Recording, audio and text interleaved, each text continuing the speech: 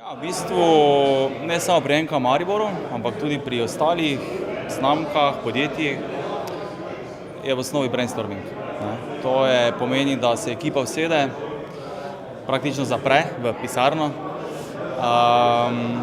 in delamo pravzaprav na tem, da iščemo ideje na podlagi asociacij. To je v osnovi pravzaprav najbolj pogosta tehnika, ne. Tehnik obstaja sicer več, seveda pa to vse skupaj, se pravi, temelje ponavadi poiščemo zdaj ali kakšne smernice strani naročnika, ali neke temeljne smernice sami poiščemo, ampak ja, v osnovi iščemo te asociacije, to je najpogosteje, no.